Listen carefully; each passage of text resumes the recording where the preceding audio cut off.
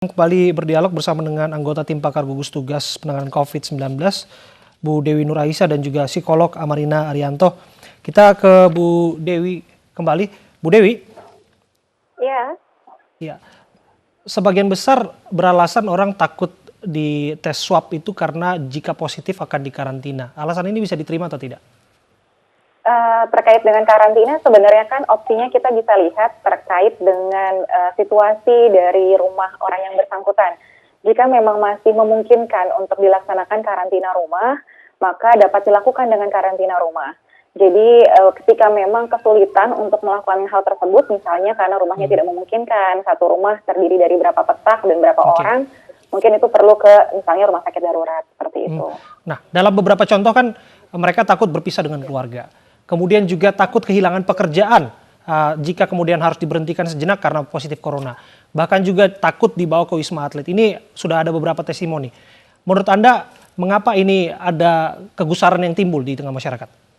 Iya, mungkin nanti ini lebih ke arah stigmatisasi kali ya yang muncul di masyarakat. Bahwa sebenarnya corona itu kalau kita bayangkan dengan orang flu, kan sebenarnya tidak ada masalah ya. Kalau kita kena flu, nanti 14 hari kemudian sembuh, ya sudah tidak ada masalah lagi. Tapi seakan-akan terkena COVID ini adalah sebuah hal yang sangat besar dan sangat menular. Padahal ini kan 14 hari juga akan selesai dengan karantina diri 2 minggu, paling lambat 3 minggu, nanti insya Allah sudah bisa kembali lagi beraktivitas. Jadi sebenarnya tidak perlu ditakutkan sebegitunya, dan jika seseorang sudah mungkin terkena, dia akan kebal sendiri, itu akan jauh lebih baik lagi. Jadi sebenarnya ketakutan di masyarakat ini yang perlu kita luruskan kembali. Ini artinya ada ketakutan begitu karena ada informasi yang tidak jelas yang diterima oleh masyarakat. Saya ke Ibu Amarina, Anda melihat hal itu yang menjadi dasar begitu banyaknya warga yang menolak untuk dilakukan rapid test, Ibu Amarina?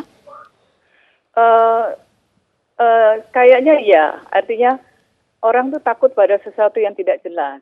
COVID ini jelas buat yang paham, betul, tapi barangkali buat banyak orang, dia tahu potongan-potongan informasi tentang COVID.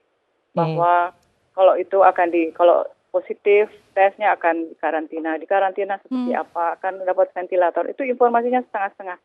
Informasi yang tidak sepenuhnya dipahami bisa membuat orang lalu bersikap negatif, menolak.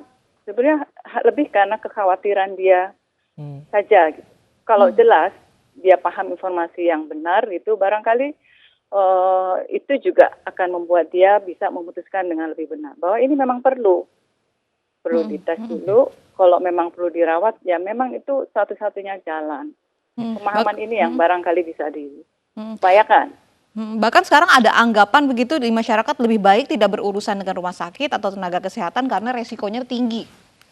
Ya, itu juga artinya ini image yang keliru. Jadi orang mempersepsi sesuatu lalu punya harapan-harapan kan, kekhawatiran-kekhawatiran. Nah, kekhawatiran ini kayaknya seakan-akan menjadi real, padahal itu belum tentu benar. Nah, itu yang barangkali membuat kalau udah masa, kadang-kadang apa yang diomongkan banyak orang itu seakan benar. Padahal sebetulnya ada gugus tugas COVID, ada informasi media yang benar. Tapi kan juga banyak informasi yang distracting kan, yang mengacau gitu. Itu juga membuat masyarakat ini mana sih yang benar gitu. Barangkali membuat mereka bisa tahu jalur informasi yang benar. Jadi mereka yakin oh ini informasi yang bisa dipegang. Itu yang bisa gimana supaya mahasiswa lebih cerdas gitu, memilih informasi yang tepat. Oke. Secara psikologis kan mereka juga takut misalnya kehilangan pekerjaan, harus tidak bisa bekerja, kemudian juga harus isolasi atau karantina. Apa yang penting untuk dicermati masyarakat agar anggapan seperti ini bisa diluruskan, Bu Rina?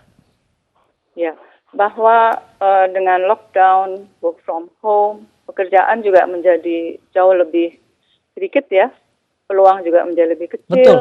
Ya. Untuk yang harus cari makan setiap hari juga tidak banyak orang yang membeli makanan, itu memang fakta. Tapi bahwa semua sekarang mengencangkan ikat pinggang, itu juga fakta.